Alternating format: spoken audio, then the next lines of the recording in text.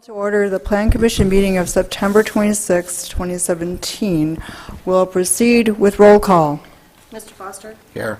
Mr. Holman? Here. Ms. Lazaris? Here. Mr. Schumacher? Here. Mr. Magnuson? Here. Mr. Coots? Here. Mr. Pearson?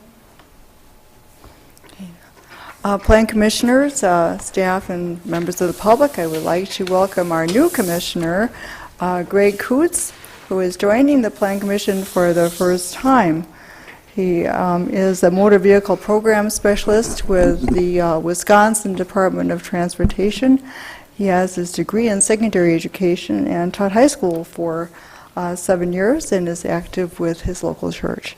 So we're happy to have him join us. And with that, we'll proceed with item number 3, correction and or approval of the minutes of June 27, 2017. Move to approve. A second. It's been moved and seconded to approve of these minutes. Any discussion concerning these minutes? Okay. In that case, we'll proceed with a roll call vote on that. Mr. Holman? Aye. Ms. Lazaris? Aye. Mr. Schumacher? Aye. Mr. Magnuson? Aye. Mr. Coots? Abstain. Mr. Foster? Aye. Motion passed 5-0. Item number 4 is questions and public comment. The public at this time may address the Plan Commission items on items that are not on the agenda if you have registered with the city clerk in advance. Is there anyone who wishes to speak under this one? Otherwise, we do have a public hearing coming up. Okay. All right, seeing no one come forward under item 4, we move now to item number 5, public hearing, conditional use request, Dog and Shrub Distillery, LLC, Distillery and Tasting Room, 301 West Lake Street, parcel 246-0713-1411014. First, I'll go over the Plan Commission motion that is before us, and then we'll have some introduction of the item, and then we'll open up for a public testimony. The motion before the Lake Mills Plan Commission is motion 1791. This motion sets forth the zoning authority under Wisconsin state statutes, the city's conditional use procedures, review of this application by city staff, and tonight's public hearing. Motion 1791 recommends the city council grant a conditional use subject to the following conditions. First, that of meeting code requirements that are outlined in the planner's memo. Second, for statutory requirements for distilleries. And what should be actually item number 3, that the Plan Commission confirms the following findings of fact. These are the findings that the Plan Commission must make before it can recommend approval to the City Council. These are the findings. A, that the proposed conditional use will not be a detriment to or endanger the public health, safety, morals, comfort, or general welfare. B, the use will not be injurious to the use and enjoyment of other property in the immediate vicinity or substantially diminish and impair property values within the neighborhood. C, the use will not impede normal and orderly development and improvement of surrounding property. D, there are adequate utilities, access roads, drainage, and other necessary facilities. E, adequate measures will be taken to provide ingress and egress so designed as to minimize traffic congestion in the public street. F, the use shall conform to applicable regulations of the district in which it is located. G, the use is in harmony with purposes, goals, objectives, policies, and standards of the city's comprehensive plan. H, potential public benefits outweigh any and all adverse and potential adverse impacts of the proposed use. That is synopsis of the Plan Commission Motion 1791. To begin the public hearing, first I would like to call on our consulting city planner, Dustin Wolff, to go over the case and provide his analysis and recommendation. Thank you. So as the prepared motion kind of outlines, this is a conditional use approval in the B1, the downtown business district, for what is referred to in the zoning code and the statutes as a manufacturer and rectifier.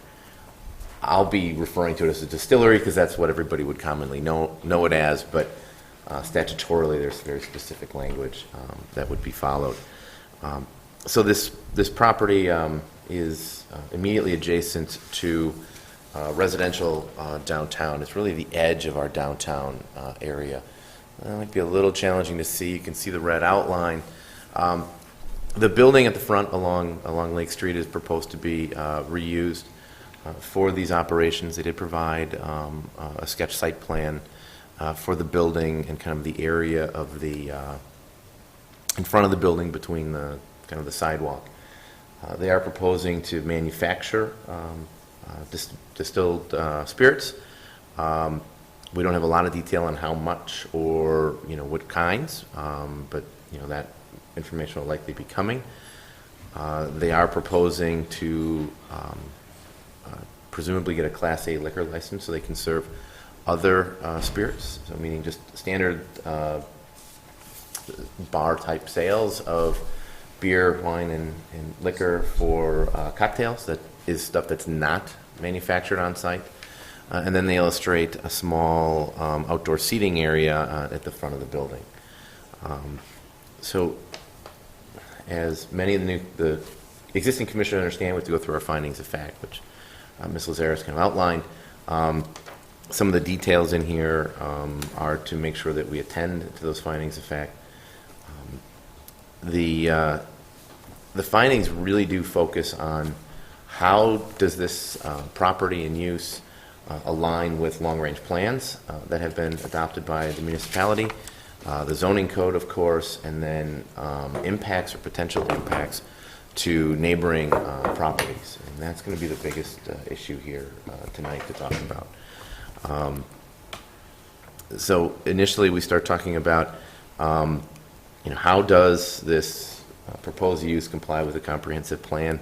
The comprehensive plan has not talked about distilleries or even breweries specifically, but it's talking in the general sense about the downtown, recommending the redevelopment of what would be statutorily defined as a blighted or an underutilized property. So the property hasn't really been functioning in a while. It would certainly qualify as underutilized. So this area is well within what the comprehensive plan calls for redevelopment of an underutilized property, appropriate for pedestrian-oriented commercial, office, institutional, could include mixed-use development. So it certainly is within that in the historic downtown setting. The comprehensive plan does also say that it needs to be integrated into the downtown area and be, in summary, kind of a good neighbor, because you're right on the edge of the downtown area. Obviously, the concern is the impacts to neighboring properties. We'll talk a little bit about more specifically, but it is the goal of the plan, the comprehensive plan, to promote downtown as the city's primary commercial district, and so that's certainly in keeping. Does this conditional use in its proposed location and as depicted on a site plan result in any substantial or undue adverse impact on adjacent property, character of neighborhood, etc.? So that's a mixed bag right now. It's a little bit of yes and a little bit of no. It is a redevelopment of an existing building, so those impacts are lessened. You know what you're working with from the outset. They do indicate that most of the activities are going to be inside, but there are certainly concerns with the operations, specifically any noise of deliveries, any noise associated with manufacturing, any smells associated with manufacturing the spirits, and the potential impacts for neighboring properties. Mr. Hohen's making me chuckle. So those are some things that need to be addressed. The outdoor activities, of course, is also under the purview of the Plan Commission and the Council. A little more concerning there because this will function as a bar, though it will be manufacturing distilled spirits. Do have to worry about time of operation because there will be a liquor license for a portion of their sales, but not for anything they manufacture on site. So it's something that needs to be evaluated, and we can talk, I think, as you get into the next agenda item about some of those details. There does need to be something done with the outdoor seating area and screening from the property to the west specifically.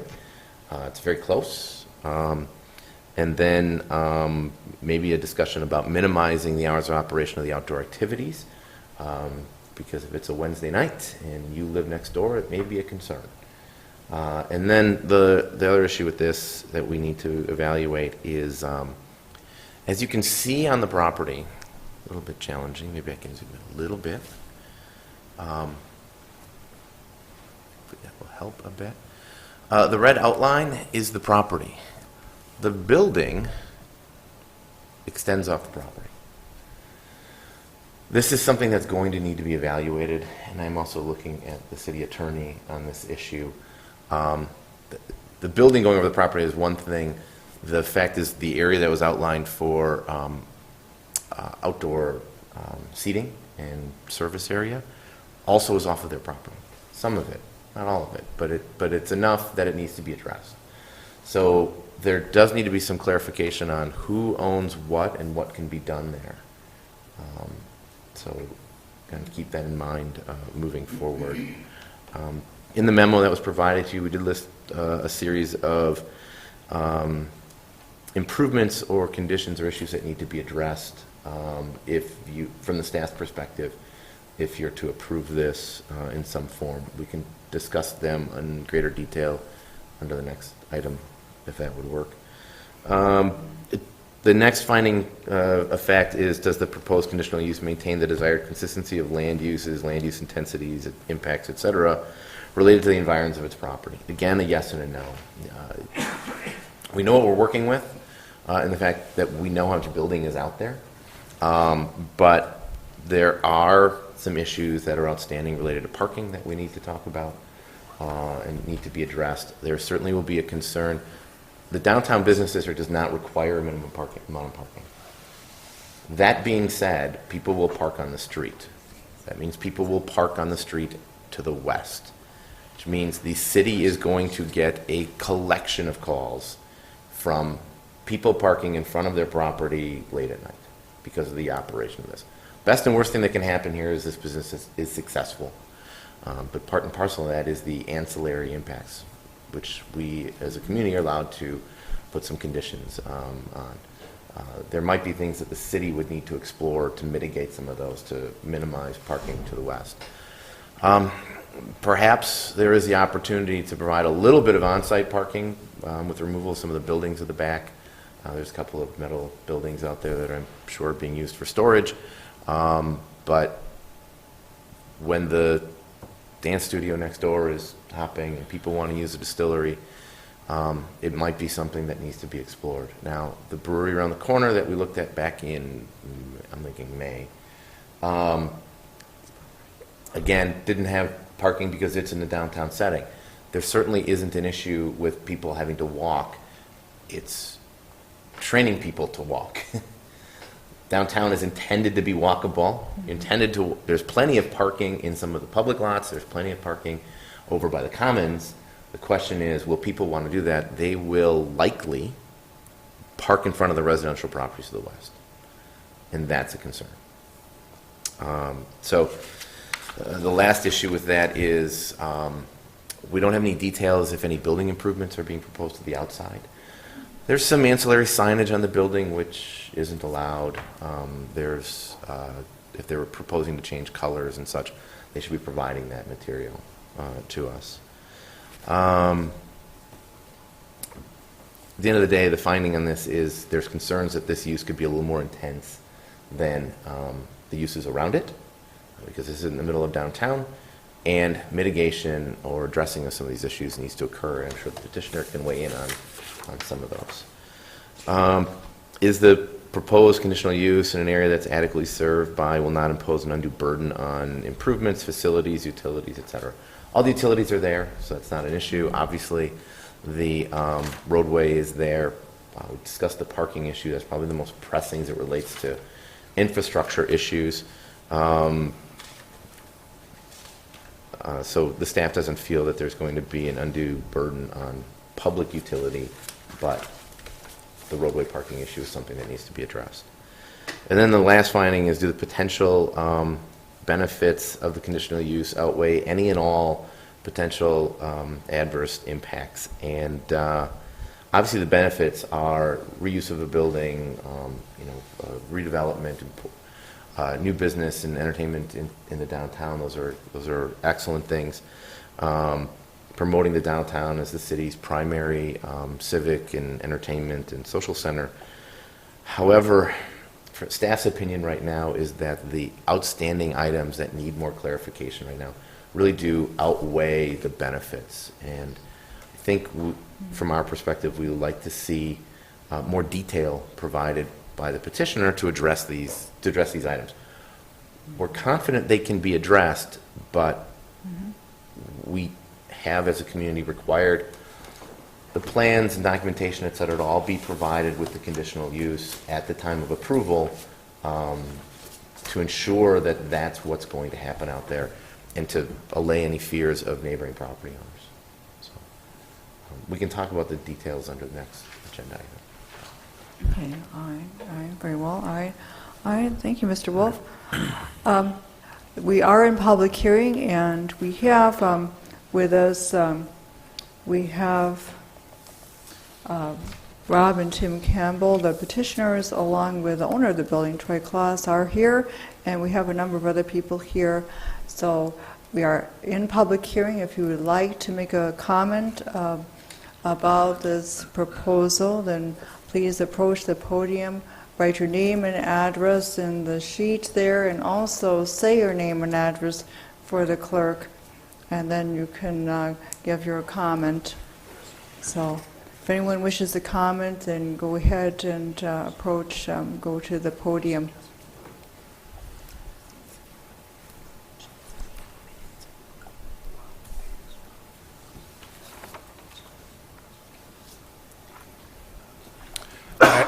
Hi, I'm Rob Campbell. I live at 433 College Street with my wife, Kim. We are the petitioners for opening up the Dog and Shrub Distillery. What I'd like to do is, just before we start answering some of the concerns, is just let you guys know a little bit about what we're about and what our hope is to do with this distillery. We've lived on College Street for over 20 years. We now consider Lake Mills our home. I am a high school teacher. I teach chemistry and physics at McFarland High School, and my wife is a chemist in Middleton. So part of this distillery is using our chemistry backgrounds and doing something for the community. We also have 2 long-haired dachshunds, which many of the neighbors may have seen us walking around through that neighborhood multiple times. The reason we're looking at the downtown is we really do have a commitment to Lake Mills. In our 20 years here, we've become involved with the businesses downtown. We try to do as much as possible, buy from Lake Mills. The contractors that we use for our rentals and for our home, they're from Lake Mills to the best of our ability. So we really do have a commitment to Lake Mills as much as we can. We also have a commitment to downtown. I mean, it's been amazing over the last 20 years to watch how Lake Mills has switched from a small little community with lots of empty shops to when you drive downtown on a Tuesday night like tonight, can't find parking because of people are at the restaurants. So it's been exciting for us to watch that. We looked at other locations in Lake Mills. We looked out at the industrial park. We looked out by the freeway in a couple of open spots. And we decided that isn't what we want to do. We want to be involved with the businesses that are downtown. We want to be an integral part of that.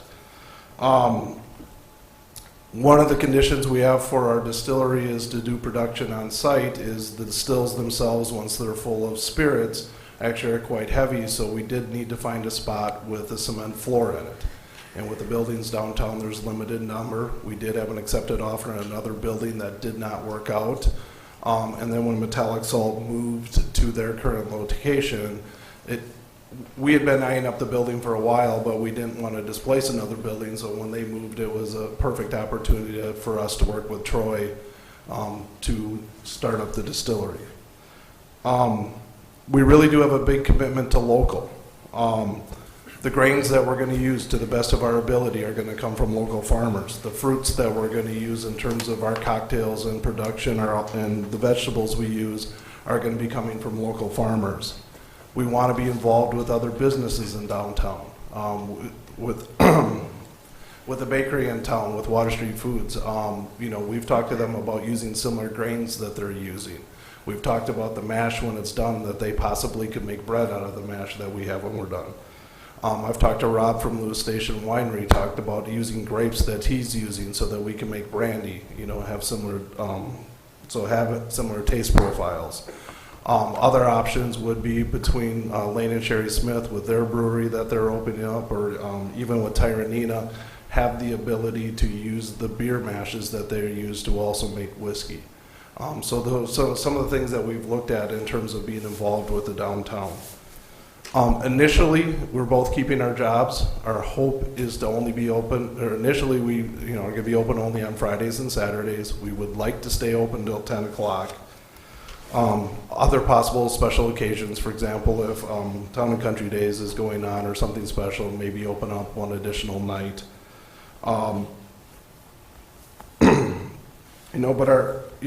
Typically what happens with a tasting room for a distillery, it's a transition place. It's some place you come have a cocktail or two before you go out to dinner, or you've gone out to dinner and want a cocktail or two.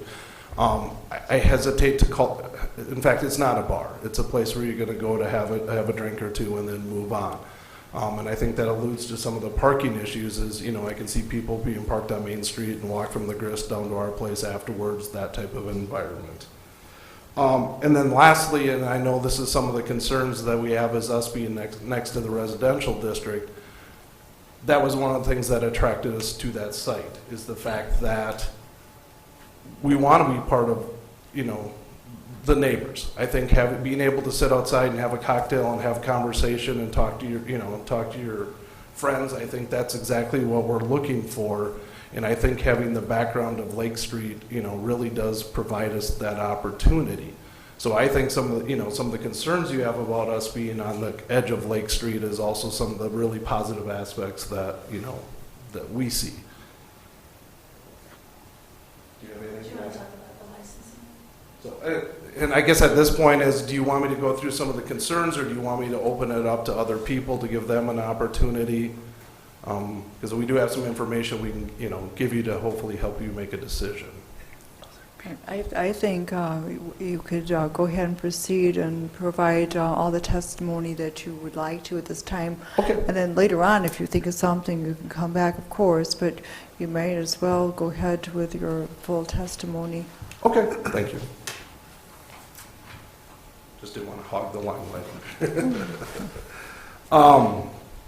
So I guess one of the questions that did come up was, in terms of spirits and how much and what effect would it have on the neighborhood. Initially, we plan on being a small craft distillery. We do not have the dream and we do not have the wish to become a wholesaler where we are sending off whiskey across the country. Our purpose is to serve the Lake Mills community.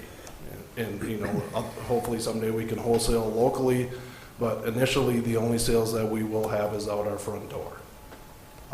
So, again, it's part of our being involved with the local. In terms of noise or anything like that, we were going to be using steam heat, so there's minimal noise effect from that. Smell, there's going to be minimal smell. It's going to be, some of the fermentation that's going on. It wouldn't be any different than Rob has at, Lewis Station when he was first opening up. So there would be minimal impact in terms of the production itself. The purpose of distilling is to capture the vapor, so it actually has a slightly less aroma. Yeah. And it is not, you don't use as much water. If she's going to give testimony, she'll have her Yeah. opportunity. Yes, please. Oh, Tell them, Rob, sorry. You're running the meeting, Ken. yes, that's true, yeah. So I mean, the production itself would have minimal noise and minimal odor impact in terms of what we're doing. The still that we're buying is looking at buying is a 100-gallon still.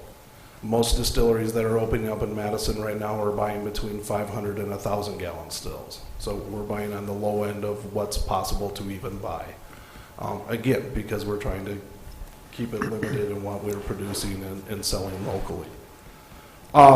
Building elevation and those types of things, I have been working with Katie Otto since we were first looking at our first location.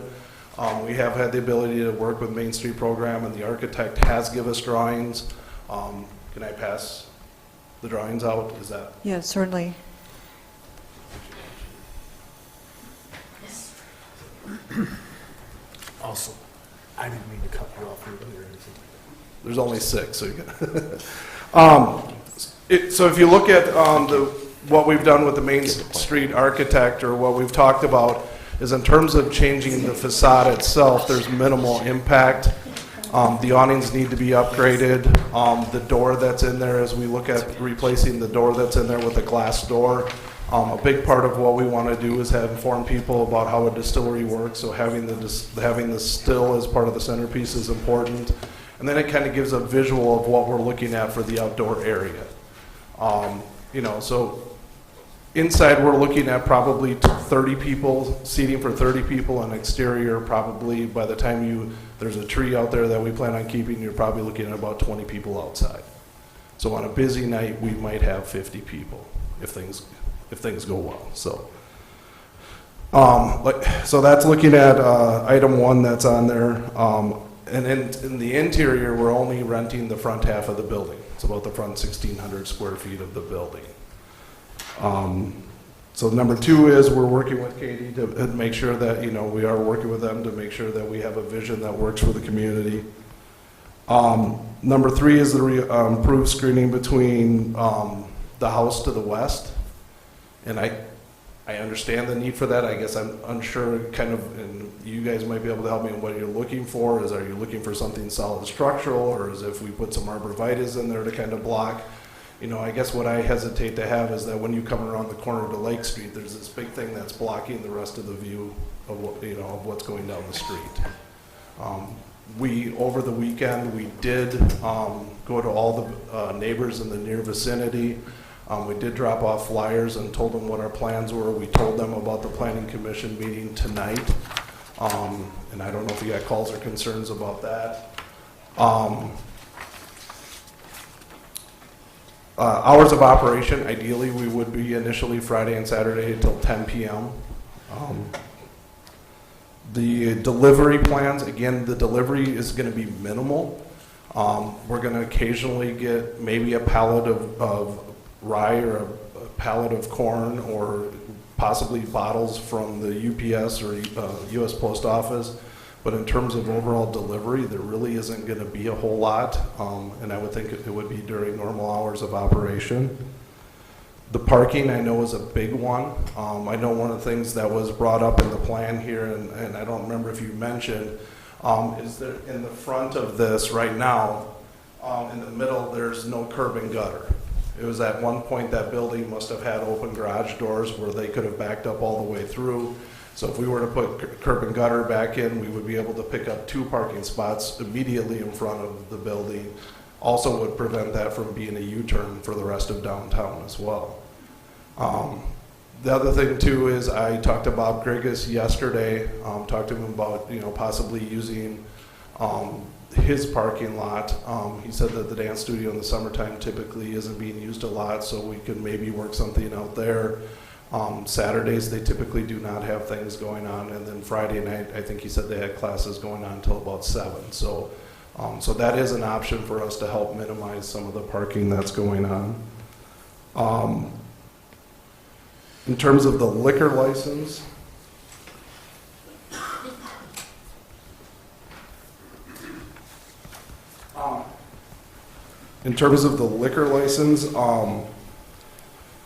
a distillery cannot hold a Class A or a Class B license.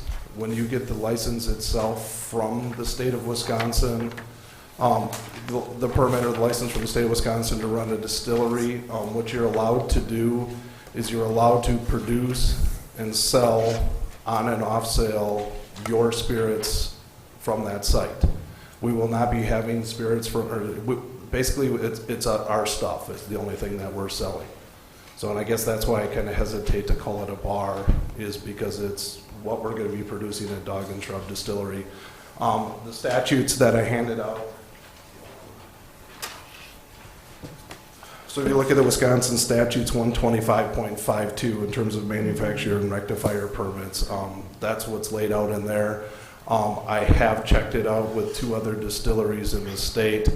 I've talked to Northern Waters Distillery in Minocqua, Peter Nam, who we have gotten to know through this process. He says they are not allowed to have it. And then also talked to, and I'm at, who's your shop, Ross? Sorry. Who built your shop? Russ. Yeah, thank you. Sorry. Too many names going on. I talked to Russ Radel as well. Russ Radel, who is opening up a distillery in Egg Harbor with his son, also confirmed the fact that the license is part of getting the permit itself. And in terms of lighting, we're going to have enough lighting to meet the code to Wisconsin. So in terms of outdoor seating, we could see having minimal lights, but the idea then is at night, once we leave, we turn those lights off. If you look at the outside facade that we talked about, probably have a small light that would be on the sign that we're looking at having, but that would be about it. And then garbage can, talked to Troy today or yesterday, and we can work out something in the back in terms of having small garbage cans.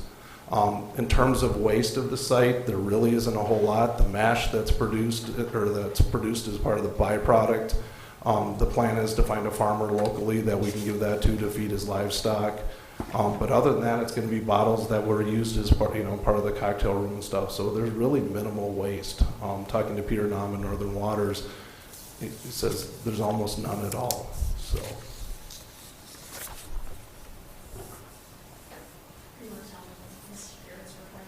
Oh, yeah.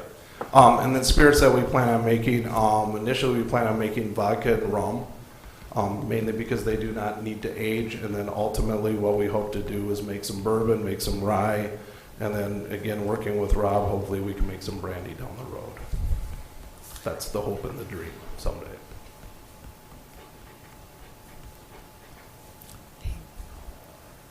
All right. All right, are you all set, Mr. Campbell? Yep, I'm done. Okay, I thank you, Mr. Campbell. We are in public hearing. Would anyone else like to make a comment regarding this proposed use?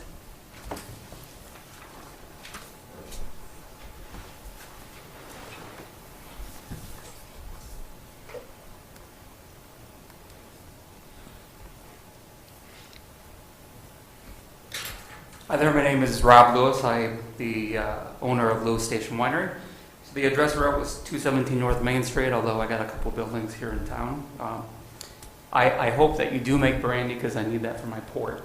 So hopefully this all works out. Because right now I'm buying it from Wollersheim, so I'd rather buy it from you. So I am in full support, obviously, of having the distillery here. Lake Mills is quickly becoming a food and beverage tourism location, and that's a wonderful thing. That's a wonderful thing for the community. It's certainly a wonderful thing for all the businesses downtown. I'm sure you could ask most of the businesses downtown, and I would assume that most of them would be very supportive of another business that will bring tourism into the community. Obviously, there will be local residents visiting the distillery, as there are with the winery. But certainly, as he opens, he will discover that there will be people coming from out of state. Madison, Milwaukee, that's probably 75% of our business comes off the interstate, spends time downtown, visits the restaurants downtown. So that's a huge benefit.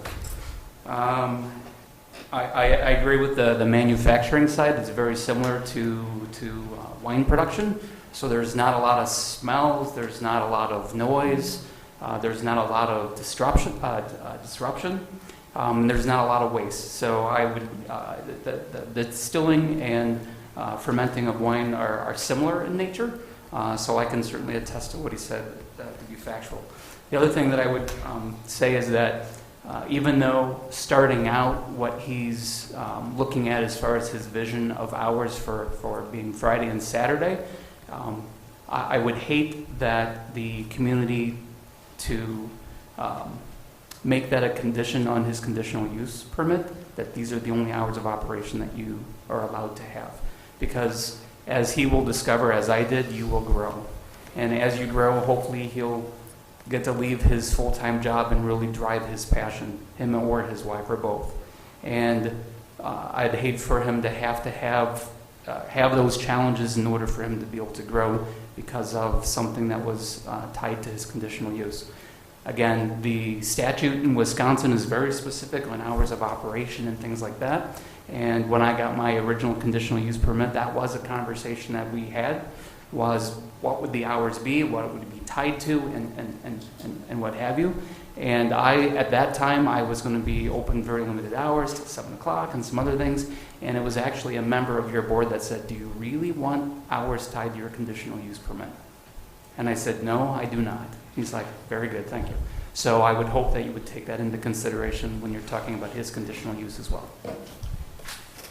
Thank you, Mr. Lewis.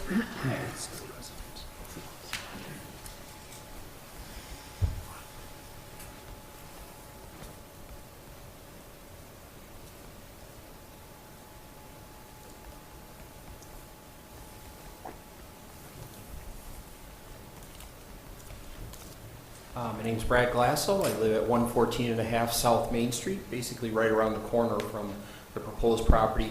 I would like to also offer my support for the project. Same type of comments as far as tourism and what it does for the downtown. I think this will be a really great addition to it.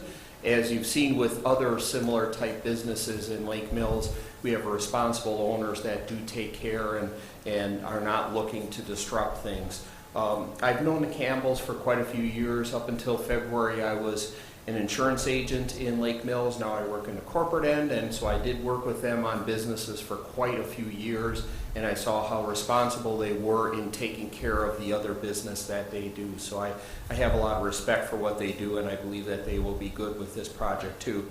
Just a kind of a brief idea on the parking goes, I actually used to live virtually kitty corner from that on Lake Street from the building that he's talking about. And the one thing with parking there is all of the, I can't think of a single house along Lake Street that doesn't have a large driveway and pretty much a garage too. So I've never really known of the residents relying on street parking in that area. I can't say that 100%, but I know the people there and lived there for quite a few years, and so I don't believe that's an issue for the residents. And of course, you do have, Town and Country Days, all of these things that use that area for parking too. And unless you have heard of those things being a complaint, probably would be pretty similar with that. So, a couple of concerns you had with noise and things like that, and again, having a responsible owner is a big part of that. So I would support the project. So thank you for your time. Yeah. Thank you, Mr. Glassell. The public hearing is still open.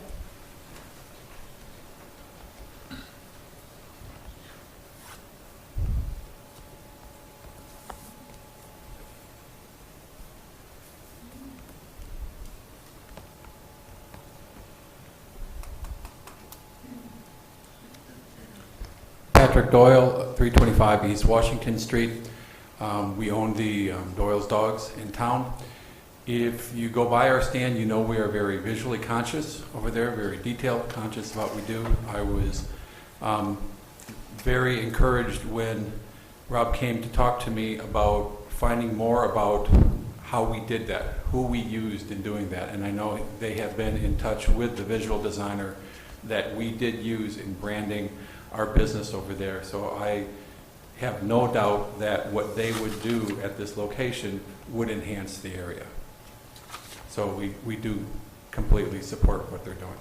And the idea of developing Lake Mills more as a destination, everything builds on each other. People come to town for many different reasons, and then they discover everything else that is here. So I see it as a very positive addition to the community. Thank you. Okay, thank you, Mr. Doyle.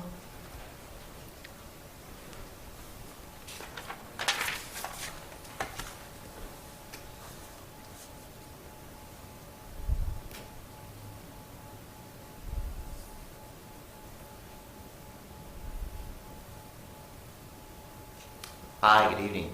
My name is Mike Thompson. I'd like to thank the Commission for the chance to offer comments.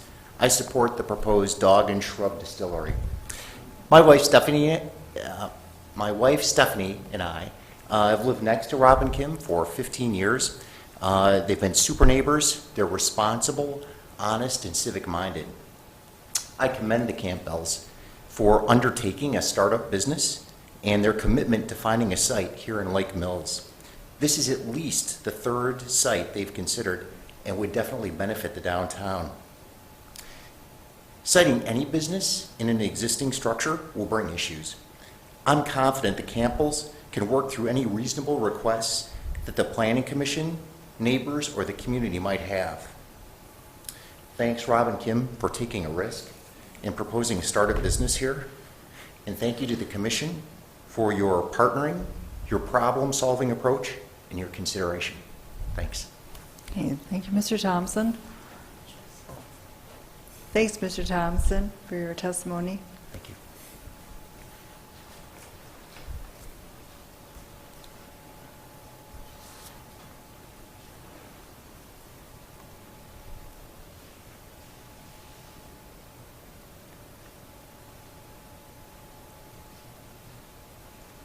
Hi, Jeanette Heitman, 510 College Street. We also own the house at 441 College Street and are renovating that, and that is right next door to the Campbells. We've had the pleasure of knowing Rob and Kim for, it's got to be over 20 years. We've lived in the community 30. I know nothing about distilleries. I just know them as neighbors and as community members, and they are outstanding. They are very well respected in our community. They own rental properties. They just respect what the community is about and take care of their properties, and I am very confident that they are entering into this with a lot of thought. I really commend them for wanting to keep this in the downtown. That is one of the reasons why we love living here, is because our downtown is unique and it brings people in, and people are just amazed at what we have to offer here, and I feel like what they are suggesting will just add to that. So we are very much in support of what they're asking for. Okay, all right, thank you, Mrs. Heitman.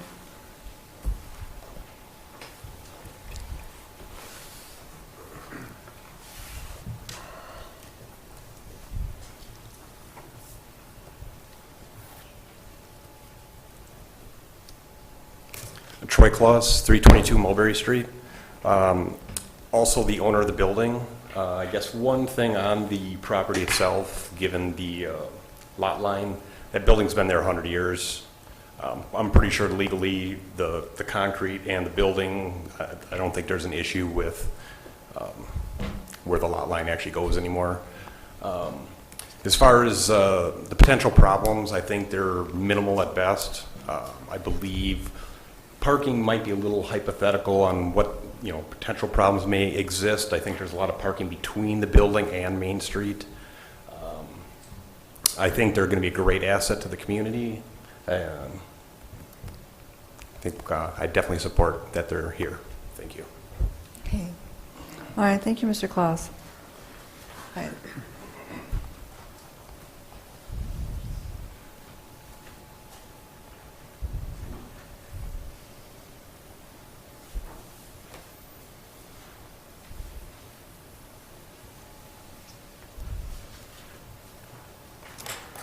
Hi, Katie Otto, 275 South Main Street, and I also represent the Lake Mills Main Street program.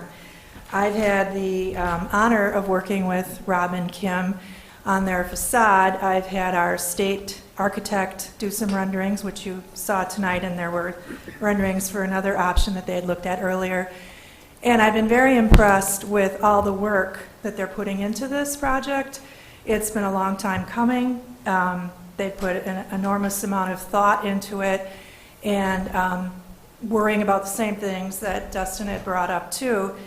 I've just been very impressed with everything, and I think that the distillery is going to make Lake Mills a great destination spot. We've got some wonderful businesses in downtown, and we continue to have so many great businesses open up and create a destination location for us, which I think we're very lucky about.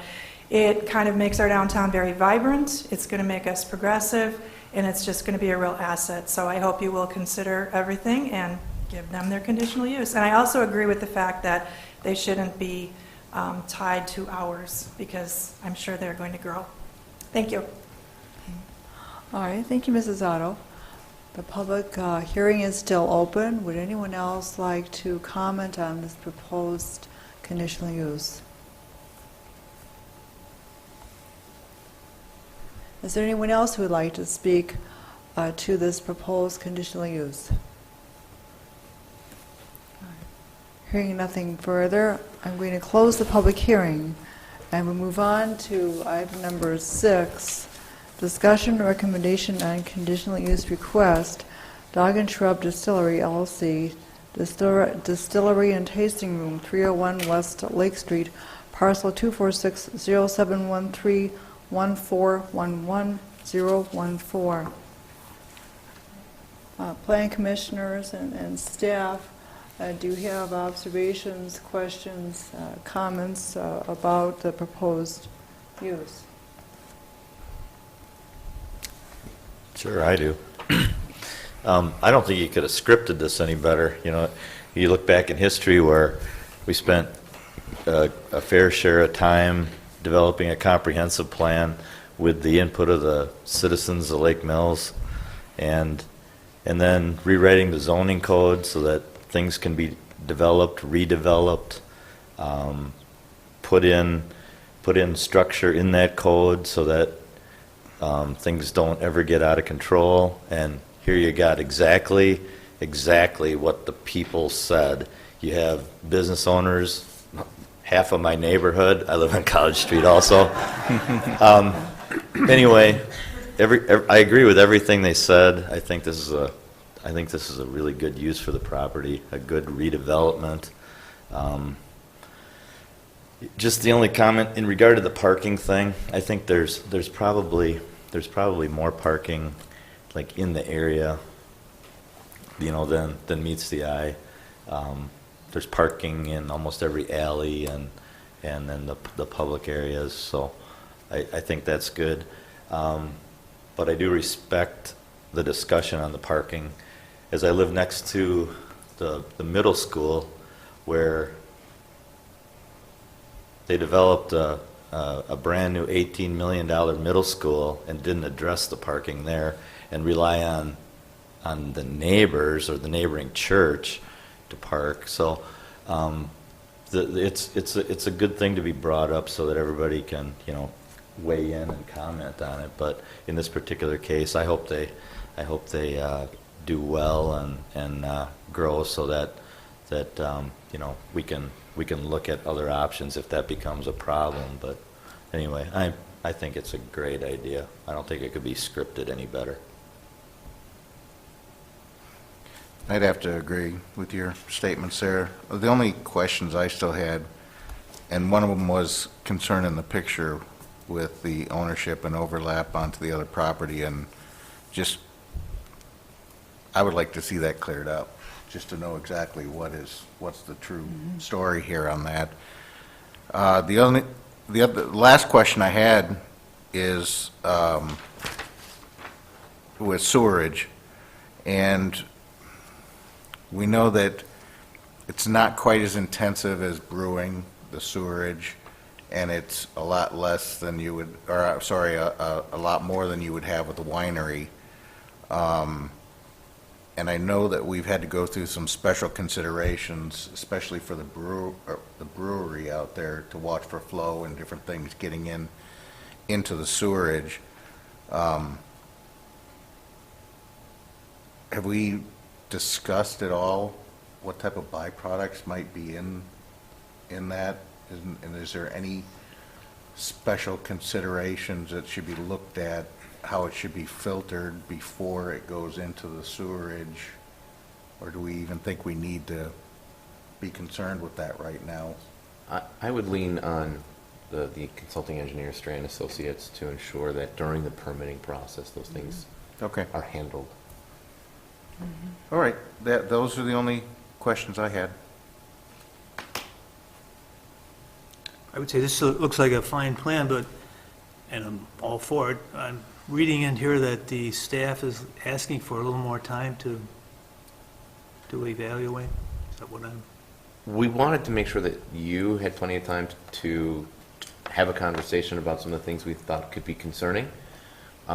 We do need some plans with, full design plans and dimensions.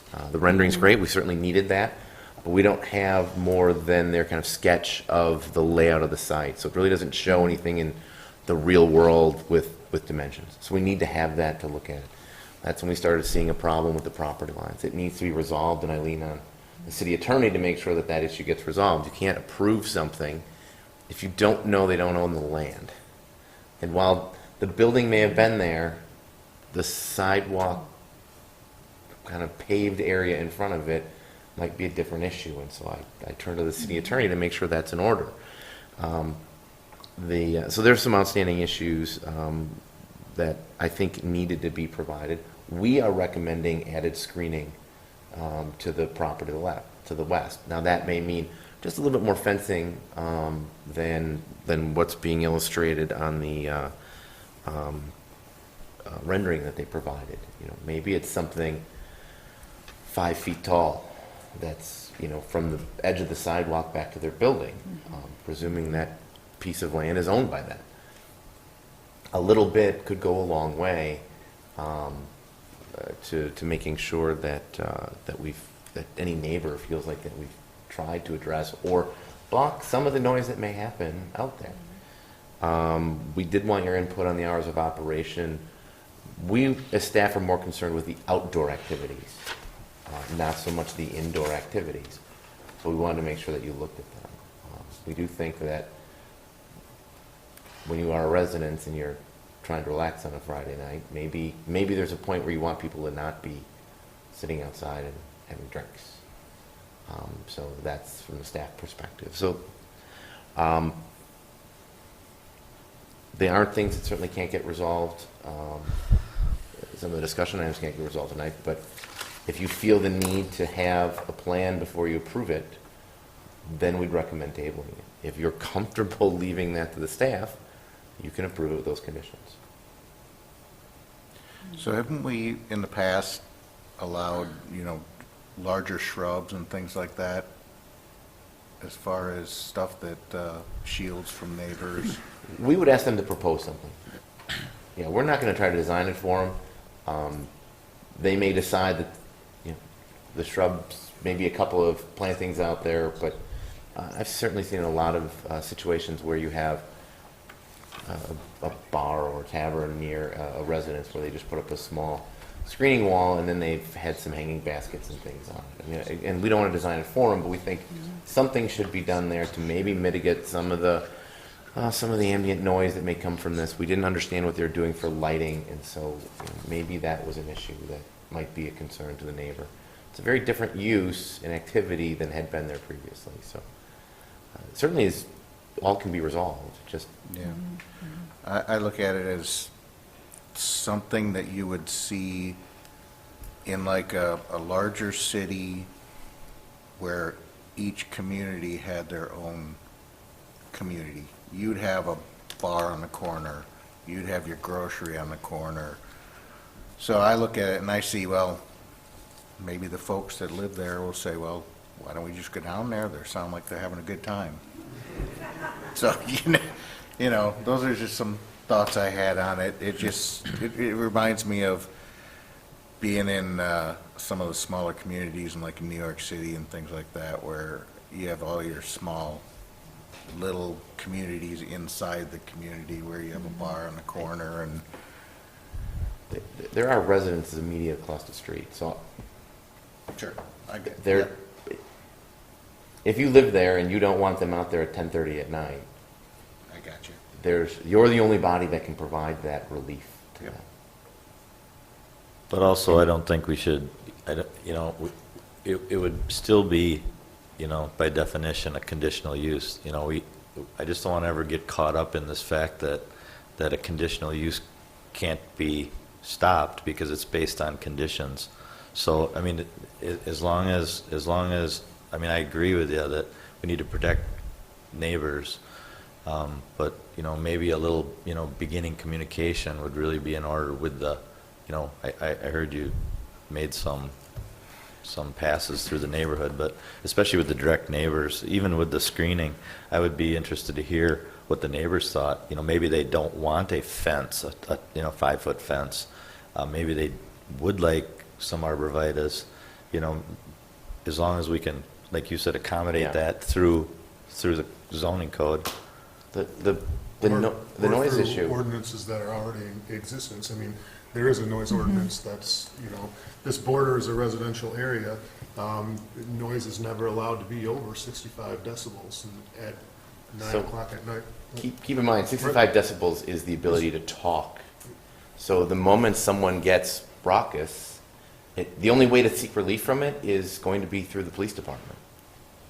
And sometimes with this, when you don't know what you're getting into, it's better to set a time, make sure everybody's a good operator as they've been up and running, and have them come back in and say, look, we've done well, we don't have complaints, our neighbors are happy, let's extend it to 11 rather than just leaving it wide open. If they're saying 10, with the exception of some nights, you know, if you're a neighbor across the street, you don't want to have to go through a whole production to get resolution. No, I agree, but Town and Country Day goes till midnight, so I mean, it's like you can hear that wherever you live in town. So I mean, that's a couple nights. You have a lot of That's latitude on conditions. You can allow 10 p.m., you could say 10 p.m. or 10:30 p.m., except for specific, you know, 4th of July, Town and Country Days, you know, whatever it is, and so you can have till midnight. I'm not against them coming back, and you know, if they're successful as we hope to extend it, if they haven't caused any problems, I don't think that's all bad. And the goal here isn't to harm a new operator from having outdoor activities. The question is, there are residences immediately adjacent and across the street, and so it's a little bit more sensitive than if this was another block to the east. Mm-hmm. And if we didn't talk about this, we would be certainly hearing, how come you're not looking at the noise issues that potentially may happen? Now, if those neighbors aren't here and aren't saying anything, maybe that's it. Maybe it's kind of a tacit understanding. We're fine with it. So they certainly would have been notified about this happening. So it's something you should discuss, make a decision on, and be comfortable with. Just keep in mind, if there is, God forbid, a problem, it's not going to be handled through the zoning code. It's going to be handled through the police department.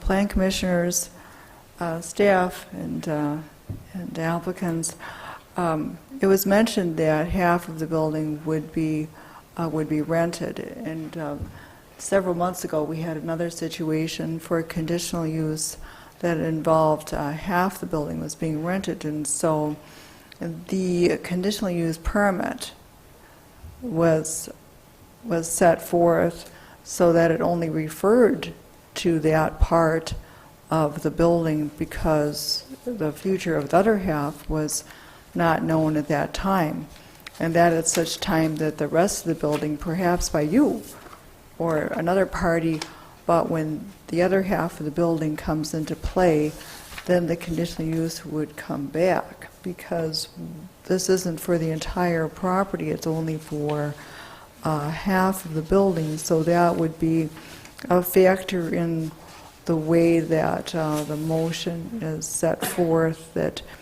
that would be defined. And right now, the information doesn't exist. We don't have dimensions. We don't have, we don't have how the half that is to be rented relates to the whole building. We don't have the layout, for example, of the half that is to be rented, in the dimensions, and set inside a draft of the entire building and on the whole lot, showing the dimensions of the whole building, where the part being rented sits in that building, and what that appears to be, how that all appears. Then also, there is the matter of the lot, the information on the lot, and it seems like it's not certain as to exactly what the lot is containing, what property is this lot containing, and how is that to be drawn out? Is there a site plan? And there isn't actually a site plan. There we see the map, but what is the site plan on this lot, and how are the lot lines? How do the lot lines relate to the structure? Can we see the dimensions of any potential parking area? What are the dimensions of the seating? And the applicants did talk about the number of people that might be inside and the number outside, but what is the design capacity? Is the 30 the design capacity for the inside?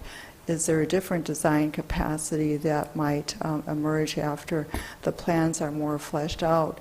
So I think that your application is is on track. I think that there is information that you're still working on, and I think that there are things that are not known as fully as they should be. So for the plan commissioners, I would recommend that either A, you would table it till the next time, or B, you would recommend that it be left to the staff. But in my view, I think that the amount of information that still should be coming forward for a complete application is great compared to what we know this evening. Can we have him come back to the mic? Of course. A motion to Suspend the rules? suspend the rules, yes. I'd like to make a motion to suspend the rules to allow the applicant to appear at the podium. Is there a second? Second. All those in favor signify by saying aye. Aye. Aye. Anyone opposed? All right, yes, certainly come back. We are working with an architect, Dan Meisner, from Appleton. He has designed several breweries, and I think he's also working with a distillery. We started, unfortunately, we couldn't start some of the process until we made sure we had a lease on the property to know what we were designing. He has it scheduled to go in early October in front of the state to get approval for our designs and what is needed in terms of a gas boiler, what's needed in terms of exits, and that's the actual dimensions. I could give you rough layouts of what the numbers are, but it's not to scale. And the other comment I kind of want to make is that if you look at the picture that you guys are actually using from a previous business, they are actually using the entire, the sidewalk itself, so talking about what has prior use been, what has been prior accepted use been too as well.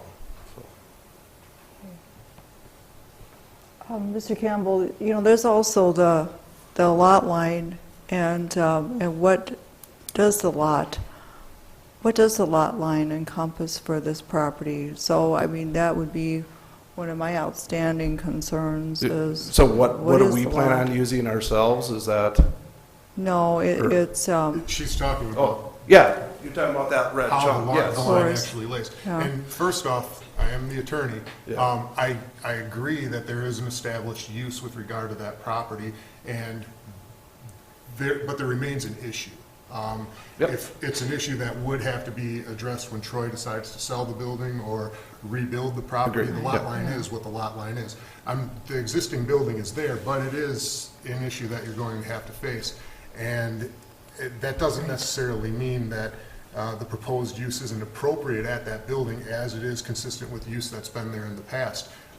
But it is glaring at us right on paper. No, So- I agree. Yeah. I just, also, and I didn't know if it's, just throwing another possibility out there, is that most of this seems to be with the exterior of the building itself and as having outdoor seating, but is it possible to additionally do approve, conditional use for the interior of the building and then later come back and discuss the exterior, So, just to move things forward. So. Yeah, Mr. Campbell, Mr. Holman has a question. It's on time frame. What is the time? What is your time frame? Like, be more Okay, yeah, more no, broad, that like October, November, December. Unfortunately, to start a distillery up, there's about 9 months to a year of paperwork before we can do anything at all. So much of what we're doing is with the federal license, the TTB. A lot of it, we can't move forward with them until we have some aspects on this side and know what's going on as well. Also purchasing the stills, which takes 6 months to show up. Our earliest, our dream would be if I could start producing when I'm on summer vacation next year, that would be awesome. But I don't see it happening, that would be the earliest. Well, with that said, it seems like consensus-wise, I haven't heard much opposition to this. So I think with the Plan Commission, and I don't mean to be speaking for any of you, but I think we need the more information all the way from the city planner to the city attorney to the chairman to the other Plan Commission members. There just needs to be more in the application. So I was more curious to see if it was going to be a hardship for you for not starting, but if you're not starting for some time, I think we're deciding to table it, which will just give you more preparation time to bring the additional things. And like I say, I don't mean to be speaking for anyone else. I'm just summarizing. Okay. I agree with Mr. Holman's statements. I think that would be appropriate, tabling it. We'll give you a little more time to work with staff. Because it seems like everybody's, really in favor of the development portion. Just the loose ends and the additional info is key critical. And usually I don't take this position. We've as a group allowed staff to proceed based on the zoning code that we've developed. But in this case, I think we need more info. I guess what I hope you would have asked is what does not having the conditional use hold you back from completing? What? So can't start paperwork, can't start purchasing some of these things, that takes 6 months out. So Okay. So even though it's, we're not looking at producing it. Oh, yes, right. Even though we're not looking to producing till, at the earliest next summer, there's lots and lots of paperwork, and I'm uncomfortable making a commitment to making some of these purchases until we get to a certain point in this process. And it's fine, I understand what you guys are saying, but then if, we wait another month before we go ahead and do this, then that becomes another month before, we can start producing. So that's The only thing, Rob, is it's literally 30 days. Just kick it and bring back that information. No, I agree. And then then it snowball. You gain the time back. I'm I'm not arguing. Yep. I'm just saying, Yep. from my perspective, that's how I'm looking at it, and I understand how you guys are looking at it as well. So we would have the ability to bring back more answers in a month. So, And when it passes, or if it passes to the council, would we expect to see it at the council the following, or are we going to have to wait till the second meeting in November because of notification? There's no ordinance. You don't typically do an ordinance for conditional uses, do you? No, it's just a permit. No, so you should be able to get on the next. We should be able to take it to the next agenda as long as everything was ready to go. So the first meeting in November. For the That seems right. council, I think. Yeah, it'd be November 1st, which I think is. And the meeting, 31st is a Tuesday. yeah, just want to make sure we have the right, enough time for So it'd be public notification and November 6th. Yeah. Planning Commission. The- Right, it would just go to the the- agenda, so this the is the agenda would be public done on hearing, that so- Thursday prior to the council meeting. So as long as everything was ready, we could go right to the Okay. next. So it would Be be fine. like, Off the top of my head, yes, I think that we There's- can go. There are no Somewhere in special the- notifications required for this. at no, the no, council. no, I just No. want to make sure The that we have notifications enough time to come in. publish it for the agenda item. It would for go, the yes, council. we'd have enough time to put it on the agenda. There's what, 5 Tuesdays in October? Is that right? It's an extended month. Is it? The Okay. Oh, 31st, yes. Right? Yes, you are. So there's enough time. There's plenty of time. Yeah, there's actually an extra week in there. So then, yeah, the soonest you would know something is around the 6th of November. Well, that's when you could most likely appear before the city council. City council, which would In be the on event that the plan commission Yes. gives their, approval. Yeah. well, it's not really approval, their suggestion, Suggestion. yeah, recommendation. Yeah. So from my understanding then, what you'd be looking for is the drawings that the architect would make and what we're doing in terms of the Yeah. interior and exterior. You would be looking at figuring out what's going on in terms of lot line. Yeah, And number 3, right. communicating with the neighbor next door as to what he would want for a barrier. Right, and then your dimensions of the building from all the lot lines, and then you would be certain as to what this lot is. And Yep. this information can only be of, it's only good for you to know as well, not just for us or the city to know, but the main person that is good to know, that would be you. So, Well, and not I the see. owner of the, I mean. Yeah, the- well, because you do. Yep. You don't want to have a vast unknown as to where this lot line is, and how your building how this building compares to the lot line, and how it sits there, and also to show the relationship of the part being rented to the remainder of the building, because that would have to be drafted into the conditional use. So, from my perspective, I see highly responsible people that are on the right track, and the information that you need and we also need is coming through. So I would recommend tabling it until the October meeting. Having a little discussion about hours of operation too, maybe? Do we? Is there any special, I guess, Might be restrictions on suggestions. tasting rooms? Because that's what I'm assuming it would be. And I know there's restrictions for the brewery. Under the license that he'd receive at the state level for the distillery, there are, Yeah. well, he's allowed a tasting room. And under that, he doesn't need a Class A or a Class B liquor license to sell what he manufactures, either on-site or as retail. Right, but I think I was more concerned with hours of when they could be open. I know that certain states are like that, where they can only be open, like Iowa for most of them, they can only be open till like 7 o'clock. So I Difference just didn't between know. selling it and giving a taste away. Yeah, The selling it doesn't have that limitation, the giving giving the taste. that's to a certain, If it's, well. less than a half yeah, an ounce or say if it's something. free or, Yeah. okay. I had another one, sorry. So in between here, as far as the conditional use goes, my question is, I have a question for our group and the attorney. Whether or not, if the lot line's decided, our conditional use wouldn't supersede any existing lot lines, right? So if.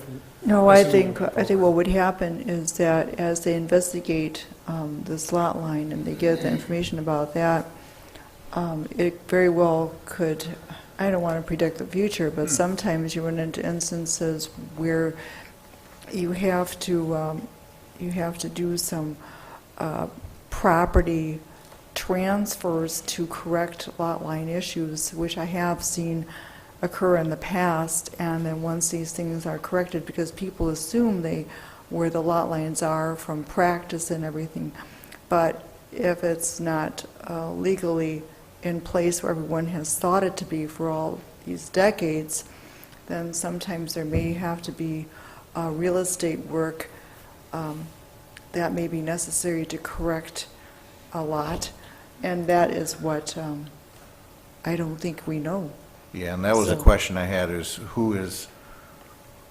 fully responsible for making that issue come to light? Is that solely on the owner, or does the city work with that person, or do they have to go out and get the survey and? The Should be the surveyed. petitioner is going, or the property owner is going to have to work with the city on that. That may involve the Register of Deeds, and there may need to be a title search done on some of these things, just to make sure there aren't any encumbrances. But I'm looking at Dan, the city attorney, to say, here's what past precedent says applies in this case. Well, and it wouldn't be an issue that we'd even know if it hadn't come before the commissioner or the commission right now. It's true. And with that, you kind of open up a ball of worms. What you see on that map is the driveway to the property directly to the west of it. And there's kind of a shadow there. I'm familiar with the properties, but there is a distinct line that is the driveway that the current building does not encroach upon. It certainly doesn't meet what would be code setbacks right now, but there isn't a redevelopment of the property or anything like that going on right now. But you can see that there is an issue with regard to the lot line, and it may or may not need to be addressed. I mean, it could be as simple as Troy, the property owner, getting a survey done and straightening that line out by purchasing a portion of the property that is a non-conforming lot anyway to the west. I don't know if that's necessary in this circumstance because of the use that has gone on there and because of the historical nature of the use. I mean, it is an old building. The property next to it has been redeveloped in the last 10, 15 years, and at that time it wasn't addressed, even though there was an encumbrance on their property. So there's issues here, and I can't off the top of my head say this is the way that it must be addressed, but it's something that's going to need to be addressed, if not for this project, at some point in the future of the building, I'm certain. So since it's before you now and that can of worms has probably kind of been open, you might as well investigate it and figure out what the appropriate way to address it is. I think so, yes. It's an issue, it is, but Yes. it's not, it may not be a game changer, and there may be reliable precedent out there that establishes that nothing needs to be done. I certainly have seen that before, not in this specific circumstance where you're talking about a conditional use on a business property, a commercial property, but there's got to be precedent out there. So we can find it and figure out what appropriate is. Of course, yeah, of course. All right. Plan commissioners, any further discussion? Does anyone wish to make a motion regarding this request? I just have one more comment. With hearing the other commissioners, I just have one question. If these issues are going to be handled by the staff, anyways, obviously the city attorney is going to handle the lot line issue. Well, I can't dictate No. what they do whatsoever. I'm just saying you're gonna oversee the lot line issue, and the rest of the staff, Steve and Dustin, and the rest of the staff will oversee the screening issue. Is there a reason why we shouldn't move forward? Schedule-wise, What? schedule-wise, it's only a savings Won't of make 10 any days. difference. It wouldn't go to the council until the second meeting in October anyway. Okay. And so at that point, it would begin then going 10 or 11 days later if it waited until the Plan Commission meeting in October. So you're not really saving a lot of time, 10 days, but truthfully, I'm concerned about what may or may not happen with the lot line issue. Yeah, and I think I'd feel better. What I just heard is Exactly. that more information is necessary. I mean, Ms. Yeah. Lazara spoke at that at length, so. Okay. I just didn't want to prematurely summarize something that I was thinking after hearing some of the other plan commissioners, so. I think there's a desire from everyone to keep it moving along, but Yes. some of these items really do need a certain level of scrutiny. All right, Plan commissioners, does anyone have a motion regarding this request? I would move to table this agenda item. Okay. All right, it's been moved to table, motion 1791. Is there a second? Do we want to set a specific date to bring it off?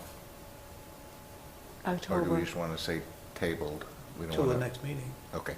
Yeah. Then I'll second Yeah. that. Okay. All right, it's been moved and seconded to table this item until the Planning Commission's regular meeting in October. Is there further discussion? Okay. In that case, I'll take a roll call vote. Ms. Laceris? Aye. Mr. Schumacher? Aye. Mr. Magnuson? Aye. Mr. Pearson? Aye. Mr. Coots? Aye. Mr. Foster? Aye. Mr. Holman? Aye. Motion passed 7-0. All right, thank you applicants and everyone, and we'll see this going forward from here. All right, the next item is item number 7, discussion on accessory building zoning. And Mr. Holman, do you have anything? I don't. Okay.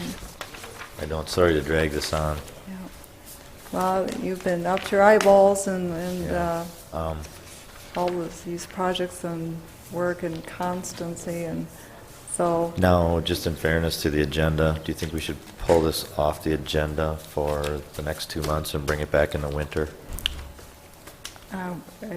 we can if you like. I would you like to do that? I would like that. Okay. I'm coming into my busy time, so. Yeah, I know you have, I know you have. Do you want me Busier to time. automatically just do that then, take it off for 2 months, put it back on? Or do you want to let me know when you're ready to put it back on? That would be best, then we'll So actually just take it have off from this point, Yeah. and then you'll get back to me And when then you're when ready. it comes back on, Okay. it'll be real. Okay, I'll remind you in January. Gosh, thank you. Okay. Thank you.